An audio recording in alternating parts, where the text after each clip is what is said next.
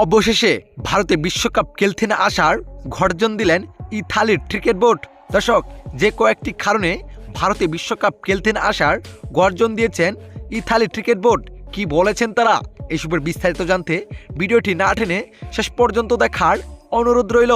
দর্শক, ভারতে বিশ্বকাপ খেলতে না আসার কারণ এখন প্রত্যেকটি দেশেই জানাচ্ছে, কেননা ভারতে শুরু হয়েছে নতুন এক ভাইরাস, যে ভাইরাসটির নাম নিপা ভাইরাস।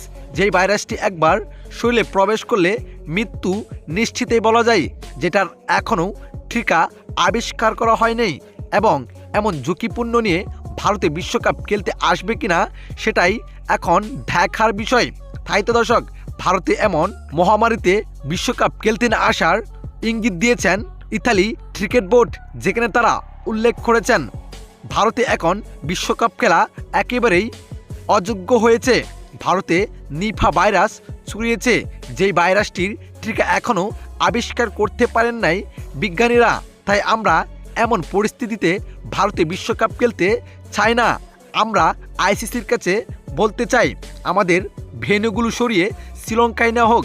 আমরা ভারতে এমন ঝুঁকি নিয়ে বিশ্বকাপ খেলবো না।